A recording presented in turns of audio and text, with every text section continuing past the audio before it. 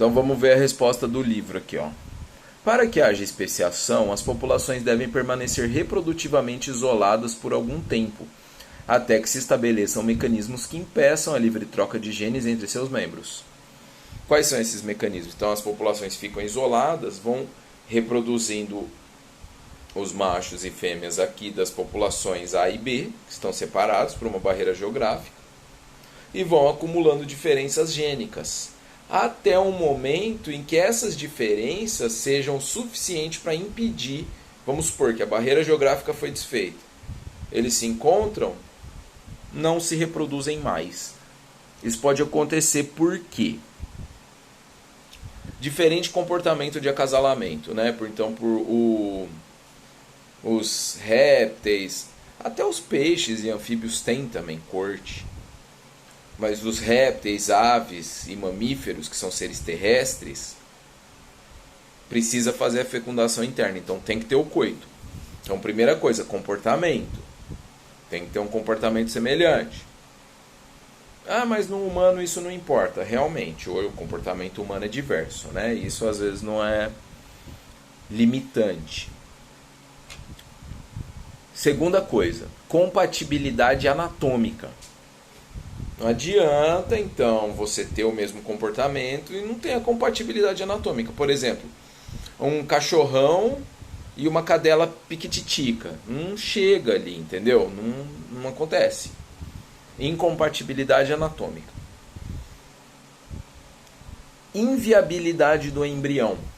Ocorre o coito, ocorre a fecundação, né? O espermatozoide entra no óvulo, mas o embrião não vai para frente. E também o espermatozoide pode não entrar no óvulo. Então, tem todos esses mecanismos para que a reprodução não aconteça. E aí temos duas novas espécies. As populações humanas estão cada vez menos isoladas entre si, de modo que é altamente improvável que possa ocorrer a especiação no futuro. Mesmo as diferenças gênicas existentes atualmente entre as populações humanas tendem a diminuir progressivamente.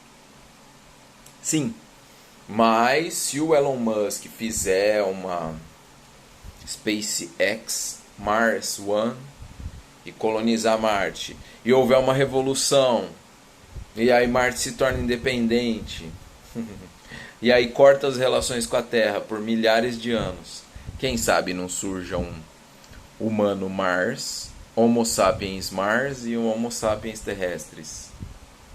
Gostaram? Dá até um enredo de um filme, hein?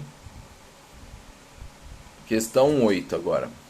Duas populações oriundas é proveniente da fragmentação de uma mesma população original, ficaram isoladas geograficamente por longo período de tempo.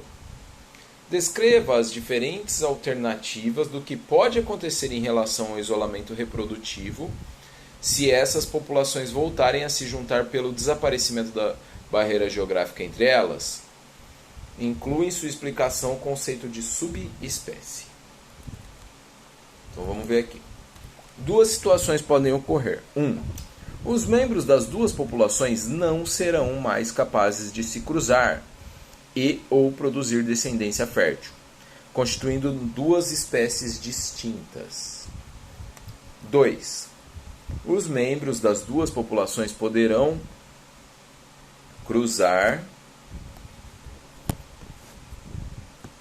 e produzir descendentes férteis, misturando seus patrimônios gênicos. Nesse caso, ainda não teria havido especiação, mas as populações poderiam já apresentar diferenças gênicas, sendo consideradas subespécies.